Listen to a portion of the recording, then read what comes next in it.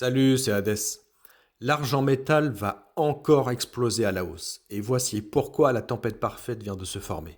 Car voyez-vous, la plus grande crise des matières premières depuis 1973 est en train de se jouer sous nos yeux. Alors, pour les nouveaux arrivants, je vais vous demander d'imaginer un métal dont 70% de la production mondiale dépend d'une chaîne chimique précise. Imaginez également que cette chaîne vienne d'être coupée à deux endroits simultanément. Imaginez encore que ce même métal, soit déjà en déficit depuis 5 ans consécutifs, que ces stocks mondiaux aient fondu de 40 à 70% selon les places, et que la demande industrielle, elle, n'arrête pas de grimper. Maintenant, imaginez que tout cela arrive en même temps, en l'espace de quelques semaines. Ce n'est pas un scénario hypothétique ou prophétique, c'est exactement ce qui se passe en ce moment même, et ce 13 avril 2026, avec l'argent métal. Si vous ne l'avez pas encore fait, likez cette vidéo, laissez un commentaire et donnez votre avis sur ce qui se passe en ce moment. Et abonnez-vous pour ne rater aucune analyse de ce genre, parce que ce que vous allez entendre dans les prochaines minutes va changer votre façon de regarder les marchés des matières premières. Et pour comprendre ce qui se passe sur l'argent aujourd'hui, il faut remonter au 28 février 2026. Ce jour-là, les États-Unis et Israël lancent l'opération Epic Fury, des frappes coordonnées sur l'Iran ciblant les installations militaires, nucléaires et surtout le leadership du régime iranien. Et en quelques heures, l'Iran riposte en fermant le détroit d'Ormuz. Et voyez-vous, le détroit d'Ormuz, c'est d'une certaine manière le goulet d'étranglement le plus stratégique de la planète. Avant la guerre, 20% de l'approvisionnement mondial en pétrole et 20% du gaz naturel liquéfié mondial passaient par là chaque jour. Et en une nuit, ce robinet est quasiment fermé. Le trafic de navires chute de 70%, le Brent dépasse 100 dollars le baril dès mars, puis 126 dollars au pic. C'est la plus grande perturbation de l'offre énergétique mondiale depuis le choc pétrolier de 1973. C'est pas moi qui le dis, c'est l'agence internationale qui le dit elle-même. Mais voilà, ce que la plupart des analystes ont totalement raté dans ce premier choc, c'est que le détroit d'Ormuz ne transporte pas seulement du pétrole, il transporte aussi du soufre. Et le Moyen-Orient, c'est environ un tiers de la production mondiale de soufre. Matière première dont personne ne parle, dont tout le monde dépend, et dont l'absence va déclencher une réaction en chaîne vers l'argent. Et justement, cette réaction en chaîne, elle passe par un produit chimique que vous n'auriez jamais pensé à connecter à votre lingot d'argent. Et ce produit chimique, voyez-vous, c'est l'acide sulfurique, qui est souvent appelé thermomètre de l'économie industrielle. Ça ne s'invente pas. Donc, si un pays produit l'acide sulfurique, c'est qu'il produit beaucoup tout le reste. Et pour cause, on l'utilise dans les engrais, le textile, le raffinage pétrolier, le traitement des batteries et surtout l'extraction du cuivre. Voici comment ça fonctionne dans une mine de cuivre hydrométallurgique. Les mineurs versent de l'acide sulfurique sur les minerais concassés pour en dissoudre le cuivre. Sans acide, pas de cuivre. C'est aussi simple que ça. Et c'est là qu'on arrive à la connexion qui devrait faire sonner toutes les alarmes. Rappelons-le, environ 70% de l'argent mondial est un sous-produit de la production de quoi? De cuivre. Ce n'est pas de l'argent tiré de mines d'argent, c'est de l'argent qui sort en bonus entre guillemets quand on extrait justement du cuivre, du plomb ou du zinc. Donc, moins de cuivre extrait égale moins d'argent produit, mécaniquement, sans délai et surtout sans alternative possible. Or, voyez-vous, la crise du soufre au Moyen-Orient a fait flamber les prix de l'acide sulfurique partout dans le monde. Le Chili, premier producteur mondial de cuivre, qui achète chaque année plus d'1 million de tonnes d'acide à la Chine, a vu justement les prix de l'acide bondir de 44% en un seul mois. La RDC, la République démocratique du Congo, la Zambie, l'Indonésie, même tableau. Et c'est là où ça devient drôle. C'est précisément à ce moment que Pékin entre dans la partie avec une décision qui va tout changer. Car voyez-vous, cette décision de Pékin, c'est tout bonnement l'arrêt complet des exports d'acide dès le mois de mai 2026. La Chine est devenue en 2025 le premier exportateur mondial d'acide sulfurique, après une hausse de ses exports de 73% sur l'année. Le monde entier s'était mis à dépendre de cet acide chinois pour faire tourner ses mines de cuivre. Et maintenant, Pékin coupe le robinet. La Commission nationale du développement et de la réforme, la NDRC, a d'abord imposé un quota drastique entre janvier et avril 2026. 700 000 tonnes seulement, soit 46% de moins que l'année précédente sur la même période.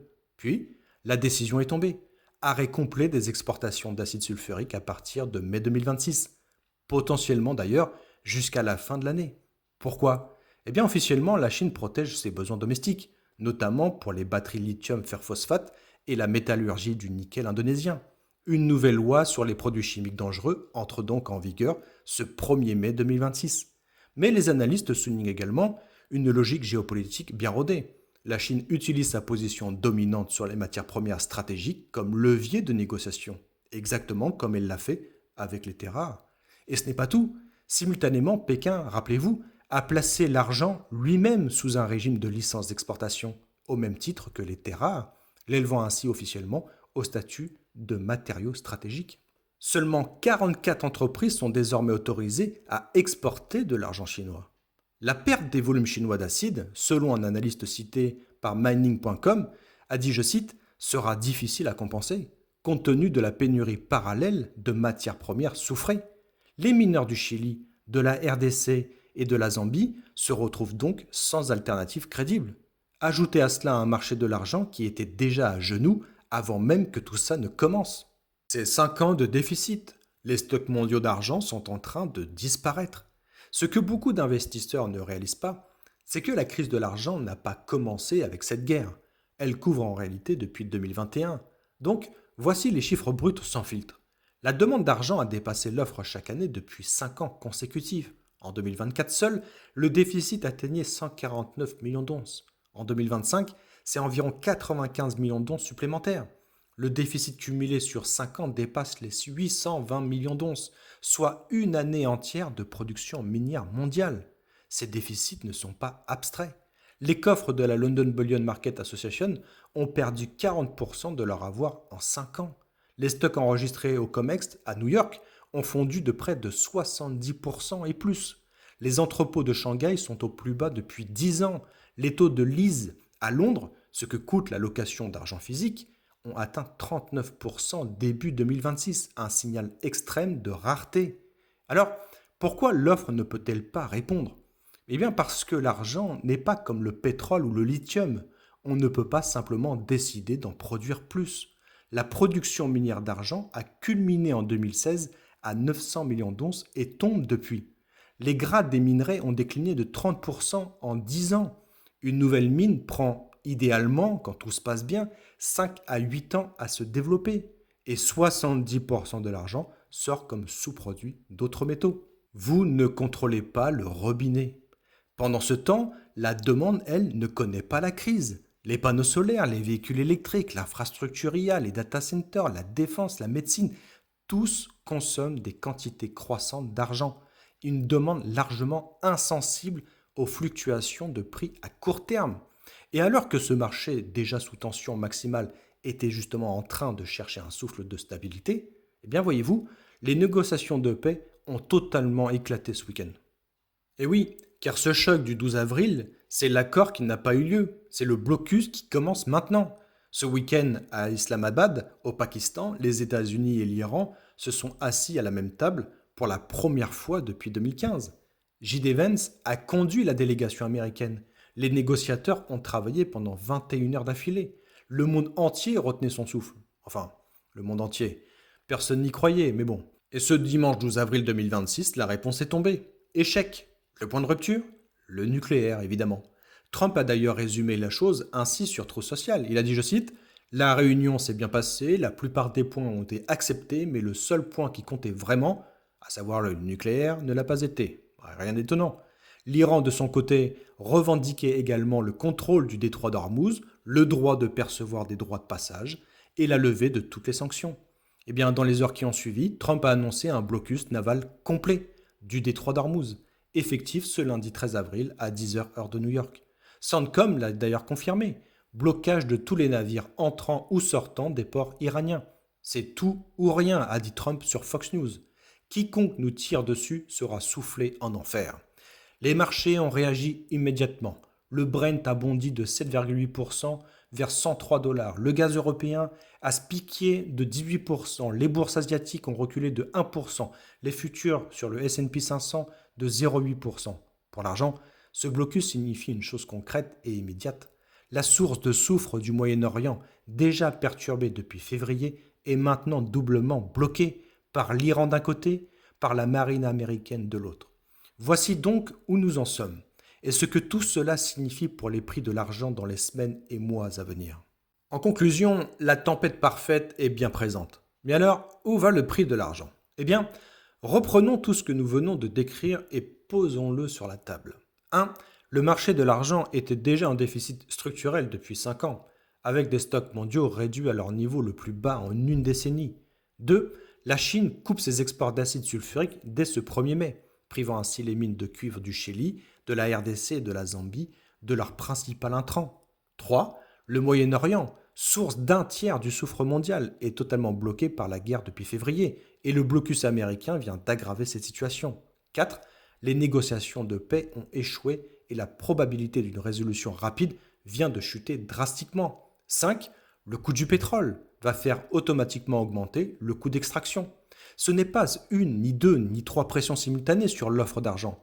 C'est une compression à 4, voire 5 niveaux, sur un marché déjà à sec, face à une demande industrielle qui ne ralentit pas. Alors, les projections, eh bien disons qu'elles varient selon les scénarios, mais toutes pointent dans la même direction. Si le blocus se prolonge 2 à 3 trimestres, eh bien selon les modèles de la Dallas Fed, le WTI pourrait atteindre 132 à 167 dollars. Une inflation structurelle qui maintient donc la Fed dans sa position dite hawkish et qui complique la trajectoire des métaux précieux à court terme, tout en détruisant encore davantage l'offre d'acide sulfurique et donc de cuivre et d'argent. Les projections algorithmiques pour l'argent d'ici fin 2026 oscillent entre 100 et 155 dollars l'once dans ce scénario. Et ce même dans un scénario de résolution partielle et rapide. Le support structurel du marché se situe donc entre 75 et 100 dollars l'once. L'argent a déjà prouvé en 2025 qu'il pouvait monter de 140% en un an. Il a déjà franchi les 117 dollars en janvier 2026. La correction qui a suivi, de 122 dollars à 64, s'explique à la fois par un choc de politique monétaire et de manipulation ponctuelle de la part des bullion banks, et non pas par une amélioration des fondamentaux. Ces fondamentaux, eux, n'ont fait qu'empirer en réalité depuis. Nous sommes donc à l'intersection exacte où la rareté physique structurelle, le chaos géopolitique et la demande industrielle inextinguible se rencontrent. C'est dans ces moments-là, dans ces configurations rares, que les marchés des matières premières font des choses que personne n'anticipait. L'argent est peut-être l'un des actifs les plus asymétriques disponibles à ce jour sur les marchés financiers. Un plancher qui se consolide et un plafond qui, lui, est encore très loin d'être visible. La tempête parfaite est là, elle ne fait que commencer.